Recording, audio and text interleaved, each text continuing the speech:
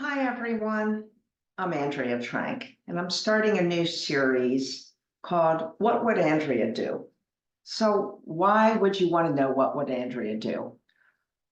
Well, as I've gotten into my mid-60s, I've decided I am a wise old woman who has a lot of knowledge to share.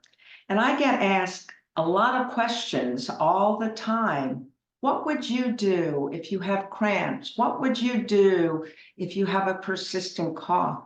What would you do if you have continuous aches and pains in your lower back? And I research these issues and I spend a lot of time actually doing these things myself because I experience them. So between the research and my certifications, the years of wisdom, my passion about healing, I want to offer people some of my wisdom. And the wisdom I'm offering you is not a replacement for your medical professional's advice, but it is something that will help you feel a little more empowered, that you can do things yourself that can help you.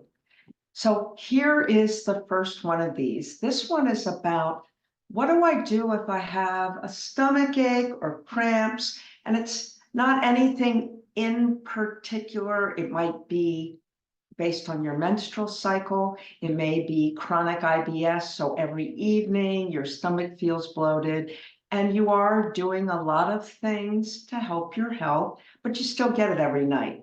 I get the IBS stomach ache every night. And what I use is less than $10. I use the old-fashioned hot water bottle. Now, this used to be a staple in most people's homes years ago, and we have moved away from the hot water bottle. And the hot water bottle is really effective for a lot of reasons. For one thing, you can fall asleep with it on, right? It'll just cool off after a while. For another thing, it's inexpensive. You just have to heat up water, and don't boil the water. Heat up the water, fill this up, and then place it somewhere on your belly. And don't place it directly on your skin. Either have fabric between or a towel between. And in fact, if you want more moist heat, you could moisten the towel and then place this on top. And this will cool off in about 15-20 minutes. So you don't have the danger of having heat on you too long. You can fall asleep with it.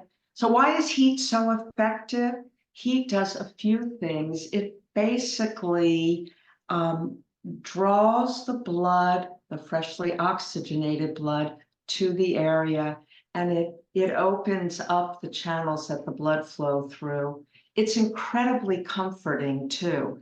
And a lot of people put ice on things that hurt, which is great on day one. But if you continually put ice on things that hurt, particularly with chronic issues, you are delaying the healing, whereas heat will enhance the healing and speed it up. So I hope this has been helpful. I'm going to do a series of these. This is Andrea, and you can join me in my yoga classes are full of information like this. So beside the asana, we do this. I also coach people privately and in groups. I also have lots of other free videos that are helpful. And I have a blog where I offer a lot of wisdom. So what would Andrea do? Episode 1. I look forward to sharing more with you. Namaste.